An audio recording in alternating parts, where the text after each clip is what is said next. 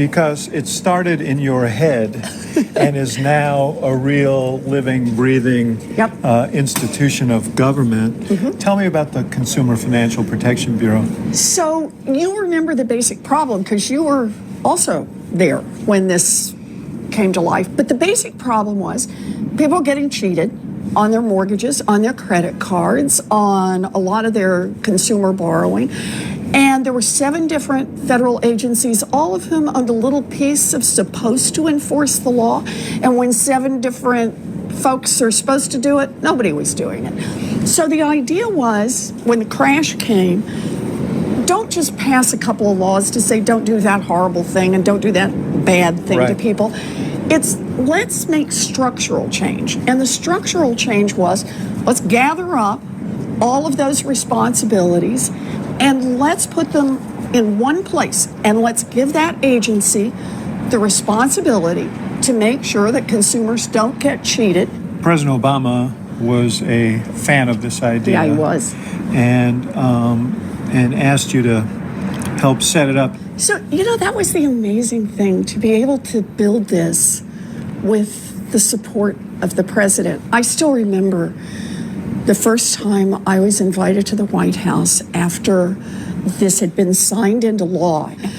And the very first question that the president asked me, he said, is it going to be strong enough to make a difference? And I said, yeah. Tell me what it's done. So what this agency has done is it's been the cop on the beat. And that means it's actually been there to force big financial institutions when they cheat people, not just to pay a little fine, slap on the wrist, but to actually make them send the money back to the people they cheated. So far, this agency has forced these big banks to return more than $12 billion directly to people they cheated.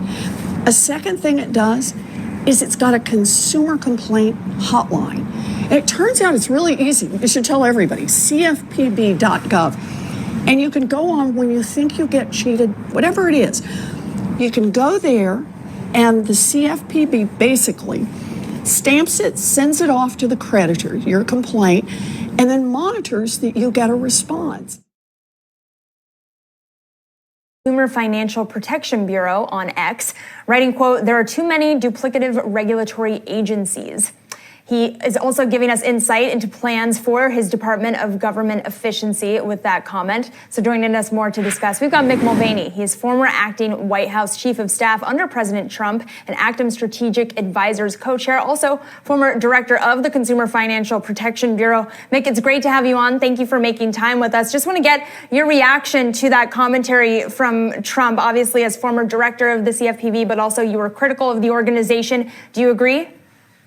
I do. In fact, we examined the possibility of whether or not I had the authority to shut down the agency. The lawyers that I had hired actually told me that I could not, and I respected that decision. They did, however, suggest that the president of the United States might have the ability to do that. So the extent that Elon Musk and Vivek Ramaswamy and also Russ Vought, the designee for OMB, can shed some light on this, I think it would be extraordinarily helpful and very provocative. Why would it be so helpful? Elon's comments are right on point. If I wanted to be as gracious to Elizabeth Warren as I possibly could be, I'd give her credit for at least the idea of trying to centralize consumer financial protection into one agency, to sort of take the regulatory oversight authority as it deals with consumers from the half a dozen so federal regulators and centralize those to the CFPB. That never happened. What happened was we simply got a duplicative layer of additional regulatory oversight into the consumer financial protection relationship. So to the extent we're trying to bring efficiencies to the system, either letting the CFPB do what it was supposed to do and take that authority away from others, which is never going to happen, or shutting the CFPB, I'm all in for shutting the CFPB. So, Mick, you don't think there's any risk just in terms of the fact if we do see this dismantled that it's going to weaken consumer protections at all?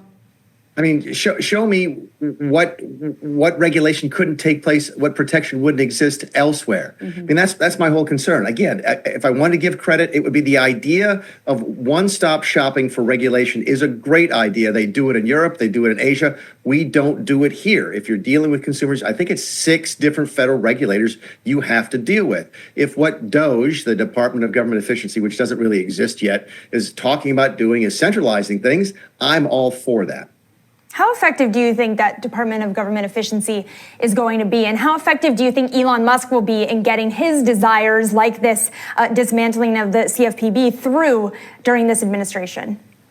Yeah, one of the weaknesses of this department is that it isn't real. It doesn't exist. It's not statutory. It's essentially a PR campaign right now. It has 0 statutory authority. That being said, it's going to have a tremendous amount of visibility. We tried to restructure the government back in 2018 and failed in large part because we weren't able to sort of build public interest in fixing a bureaucracy that has pretty much, grown stale over the last 100 years since the modern bureaucracy was created during the New Deal.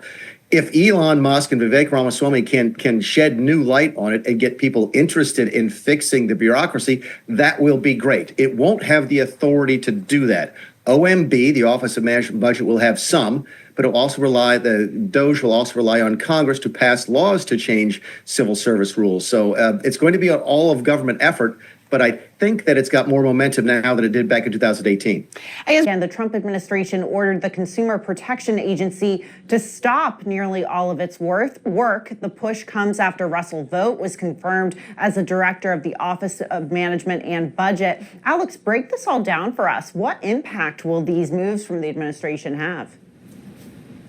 Yeah, Democrats, advocates, watchdogs are warning that this could have a huge impact. The Bureau under the Biden administration came after banks for some predatory action towards American consumers. And so they're saying without that kind of an agency looking out for Americans, banks could feel more compelled to do things that hurts, their customers without more regulation in place. And so this has been, though, a target of Republicans for years to look at the Bureau Protection Agency and to figure out what kind of overhaul they could have in support of some of these big banks. And so, the president, has been warning about moves like this, of course, warning about just overall overhauls to the federal government. This is in line with a lot of what his administration is doing, which is to look at ways to cut things, look at ways that we don't need some of these agencies they think are repetitive or unnecessary. And I think this is just the latest example of that. CFPB is there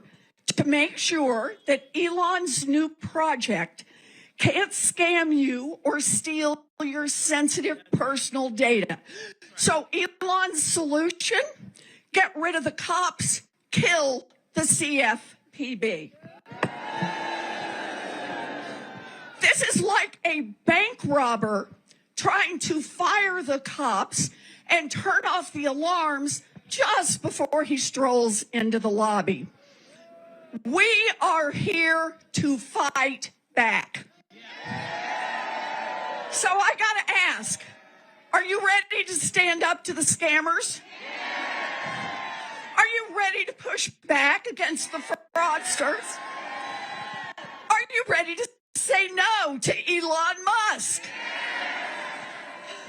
Look, after the 2008 financial crash and the big bank bailout, Congress created the CFPB to protect people from getting swindled.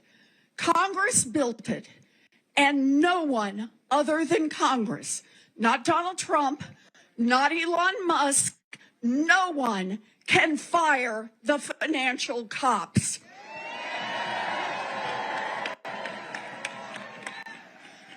We are fighting back, and understand this, there is power in fighting back.